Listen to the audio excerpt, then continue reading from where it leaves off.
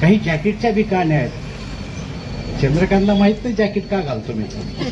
मला असं वाटतं की पुंडलिकराव दानवे एकदा दिल्लीला होते आणि मी दिल्लीला गेलो. ते खासदार होते आणि मी नव्हतो आमदार, पण आमचं जाणं येणं घरगुती संबंध होते पुंडलिकरावचे ना आमचे. विचाराची देवाणघेवाण व्हायची. निदान समोर आलं काय चाललं काही नाही विचारपूस व्हायची. पुंडलिकरावचा मृत्यू होण्या अगोदर साधारणतः 4-6 महिने मी घरी जाऊन भेटून आलो पुंडलिकरावला. जरी वेगळ्या पक्षात असलं तर काही एकमेकाचं तोंड पाहू नये असं थोडं आहे. एकमेकाच्या हातात हात घेऊ नये असं थोडं आहे. सगळेच करतात. ते काही काळ्या गोऱ्याचा प्रश्न थोडा आहे. दोघाचा रंग सारखाच आहे. एकही गोरा नाही एकही काळा नाही. थोडा मग बरा दिसतो. तेवढं पुंडलिकराव खासदार असताना मी दिल्लीला गेलो. एकदा दिल्लीला गेलो मी आणि शिंदे मामा आपले कोर्टाच्या रिटायर दोघ होतो. पुंडलिकराव गेले पार्लमेंटला.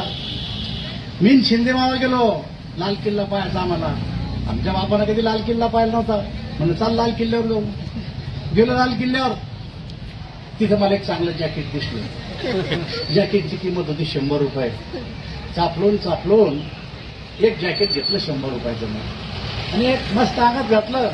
म्हणलं आपण हे जॅकेट आता पुंडलिकरावला दाखवू. नाव ठुते त्या चांगलं म्हणते काही सांगता येत नाही. आले पुंडलिकराव पार्लमेंटमधून. आल्यानंतर मी म्हणलं बघा आम्ही जॅकेट आणलं तर पुंडलिकराव वा रावसाहेब काय छान जॅकेट आहे. म्हणलं पाता घालून. तर म्हणजे मला येणार नाही. मला काढून तर पहा. आता माझ्या बळीतून त्यांच्या बळीत काही फरक नव्हता एवढा मोठा. त्यांनी घातलं बाबा जॅकेट घातलं तर मला काढून देतील. पुंडलिकराव जॅकेटच ते काढलं. एक दिवस मला चांगलं वाटलं की अरे खासदारनं आपलं जॅकेट घातलं. त्याच्यापेक्षा काय भाग्य आपलं. आपण म्हणतो ना आता माझ्या गाडी येऊन विरायला मी आंबेडकर जयंती करून येतो आणि मग तुझ्या गाडीची पूजा करतो. वाटतं ना लोकायला की मोठ्या माणसाच्या हातानं घालतं काही चांगलं चालणं आपलं. घातलं पुंडलिकराव जॅकेट. आता मला रात्री झोपा टेबल काढतील आपण घालून घेऊ. मग ध्यान जॅकेटवर खायवर बी ध्यान नाही. पुंडलिकराव जॅकेट सगळं झोपले. थोडीशी शंका ही आता कसं करायचं आणि दुसऱ्या दिवशी आम्हाला जायचं. म्हणलं पुंडलिकरावनं जॅकेट काढलं नाही मग झोपली जॅकेट सगळं. आता साधा बोळा खेड्यातला म्हणतो उत्तमराव शिंदे सारखा पुंडलिकरावचा राणी मानतो म्हणजे तुम्हाला सगळ्याच माहिती आहे. काही वर्तन करायची गरज नाही कारण त्यांच्या पिढीत अनेक लोक बसली इथं. पाठ उठले मी आता आंघोळीला जातील मग जॅकेट आपण घेऊ का. अहो पुंडलिकराव बाथरूम मध्ये धोत्रा सगळं जॅकेट सगळंच गेले आणि आतमधून जॅकेट सगळंच बाहेर पडले पण आंघोळ करून. आता काय करायचं. दुपारचं 1 वाजता रेल्वे म्हणता बी येत नाही. बरं रेल्वे 1 वाजता आहे. दुसरं आणता बी येत नाही. किंमत काय 100 रुपये. 100 रुपये आमच्या लई मोठे गाडीत चाक होतं. आता काय करायचं. आणि भरलं सामान आम्ही जायला निघलो. बसलो रेल्वेमध्ये. माझ्या डोक्यात कुटकुट जॅकेट गेलं.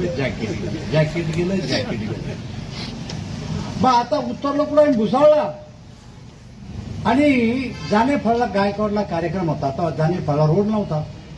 उतरलो जानेफळला. चांगली पुंडलिकराव दानवेची निवडणूक. पुंडलिकराव दानवे तुम आगे बढ़ो हम तुम्हारे साथ है. पुंडलिकराव दानवे तुम आगे बढ़ो हम तुम्हारे साथ है. मी बी वर्डाची जोरदार उन्हाचं आणि लोकांना काय होतं हा गुलाल फेकणं लावला पुंडलिकरावच्या अंगावर. तर त्यांनी मलाच माटमूट होय खराब झालं. कारण आपल्या बापानं कधी जॅकेट पाहिलं नव्हतं. पण ते जॅकेट काही दिलं नाही. ते काही निघलं नाही. त्यांनी गोडीनं घातलं. तेव्हापासून चंद्रकांतने जॅकेट घातलं तर काढीतच नाही. आता काय करतो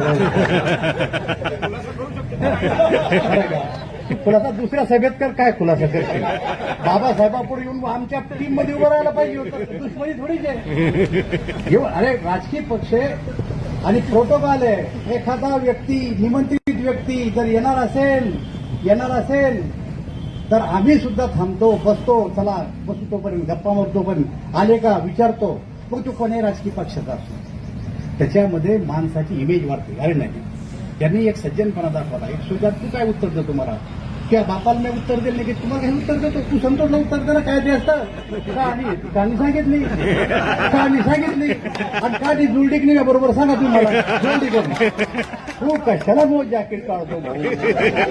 तू या पुढे बिच्छू का म्हणतर यात 7 किंडल्ल्या मी हात डाळरा. मला सापाचे मंत्र लागते. तू उतरणार सापाची गांधी कशाला लागावं सांगा. मी कधीही आयुष्यात पुंडलिकराववर बरंच शब्द टीका काढली नाही. का तर आमच्या पुढे आदर्श आहे. राजकारणाची दिशा आम्ही त्यांच्याकडून घेतली. कधीच नाही. मला एखादा व्हिडिओ दाखवा कोणतरी काढून की पुंडलिकरावबद्दल मी बोललो. मी तर चंद्रकांतवरही बोलत नाही. का बोलत नाही? कुठं नांदी लागत बसू? नाही बोलत मी. आहे ना संतोष आहे तुला तोंडी लागायला? होऊन जाऊ द्या बघा कलगी तुरा. कोण्याही मुद्द्यावर होऊन जाऊ द्या. तो 15 वर्ष काढले, त्यांनाही 15 वर्ष काढले. विकासावर बोला, पण प्रोटोकॉल समजून घ्या. माझे चांगले जवळचे मित्र तुमच्या संघ कांबळे साहेब, तुम्ही शिकवा. एखादा निमंत्रित माणूस येणार असेल तर तुम्ही 3 जणांना जाऊन हार घालून काही फायदा होत नाही. बसले पाहिजे. नाही तर मी परीक्षा घ्या. एखाद्या दिवशी तुम्ही उशीर झाला त्यांनी जर म्हणलं चंद्रकांत येणार आहे, मी म्हणणार 5,000 सगळे येऊ द्या त्याला बी. हा प्रोटोकॉल आहे, हा पाळला पाहिजे. आता मी तुम्हाला शिकू शकतो, पण आता तुम्हाला आमचं पुस्तक लागत नाही, तुम्हाला आमचा हमद्याच लागतो शिकवायला. मग जमतं तुम्हाला.